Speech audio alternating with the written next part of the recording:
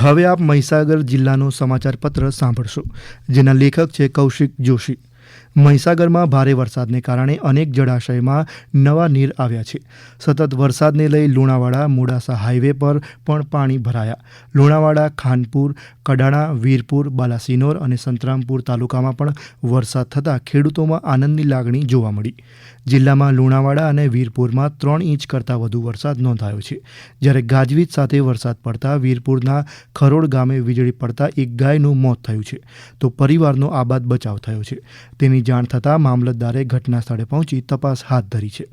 વરસાદના કારણે શહેરના મુખ્ય વિસ્તારોમાં પાણી ભરાવાની સ્થિતિ સર્જાઈ છે.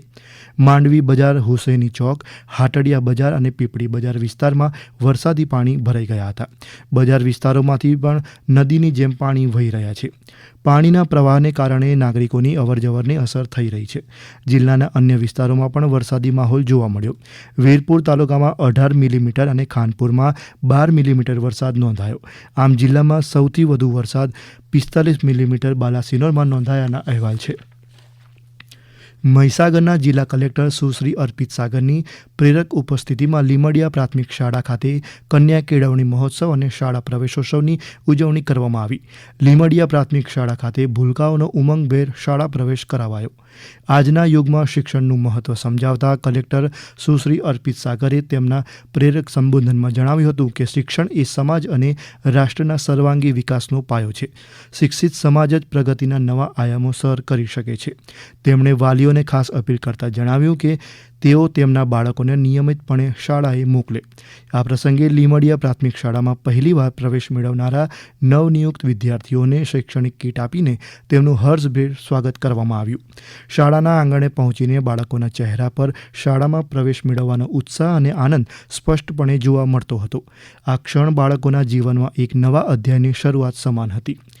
રાજ્યવ્યાપી કન્યા કેળવણી મહોત્સવ અને શાળા પ્રવેશોત્સવના પ્રથમ દિવસે મુખ્યમંત્રી ભૂપેન્દ્ર પટેલે કડાણા તાલુકાની પીએમ શ્રી મોડલ સ્કૂલ, દેવડા કોલોની ખાતે બાળકોને બાળવાટિકા, આંગણવાડી, પહેલા ધોરણ અને 9મા ધોરણમાં શાળા પ્રવેશ કરાવ્યો હતો.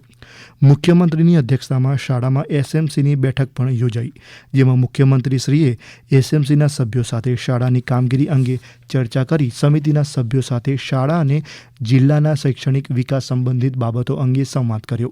મુખ્યમંત્રીશ્રીએ બેઠકમાં ઉપસ્થિત એસએમસીના સભ્યો અને બાળકોના વાલીઓને સ્વચ્છતાને મહત્વ આપવા, સ્થાનિક વસ્તુઓના ઉપયોગને પ્રાધાન્ય આપવા તથા રોજિંદા જીવનમાં યોગ જેવી સુટેવને અપનાવવા જણાવ્યું, જેથી વાલીઓને જોઈને આ પ્રકારની સારી ટેવોનું બાળકોમાં પણ સરળતાથી સિંચન થઈ શકે.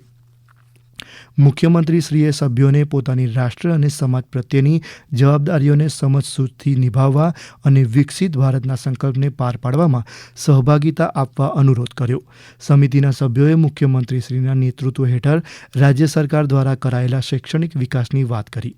દરેક જરૂરી અને ગુણવત્તાયુક્ત સુવિધાઓ માટે આભારની લાગણી વ્યક્ત કરી. આ બેઠકમાં શિક્ષણ મંત્રી ડૉક્ટર કુબેર ડિંડોર અને શાળા વ્યવસ્થાપન સમિતિના સભ્યો પણ ઉપસ્થિત રહ્યા હતા. કડાણા તાલુકા ખાતે 5 જૂને વિશ્વ પર્યાવરણ દિવસ ઉજવવામાં આવ્યો. આ કાર્યક્રમમાં ઉપસ્થિત રહેલા કડાણા તાલુકાના મુખ્ય અધિકારીઓ, જંગલ ખાતાના અધિકારીઓ અને કર્મચારીઓ તથા માય ભારતના સ્વયંસેવકો હાજર રહ્યા હતા.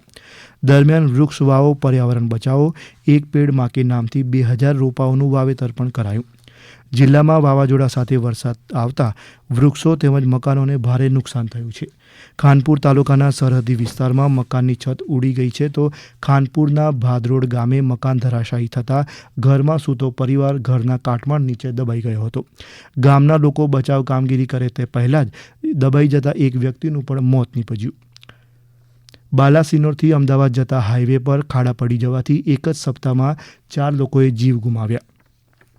હમણાં જ આપ મહીસાગર જિલ્લાનું સમાચાર પત્ર સાંભળી રહ્યા હતા, જેના લેખક હતા કૌશિક જોશી. પ્રસારણ આકાશવાણીના અમદાવાદ, વડોદરા કેન્દ્ર પરથી કરવામાં આવ્યું.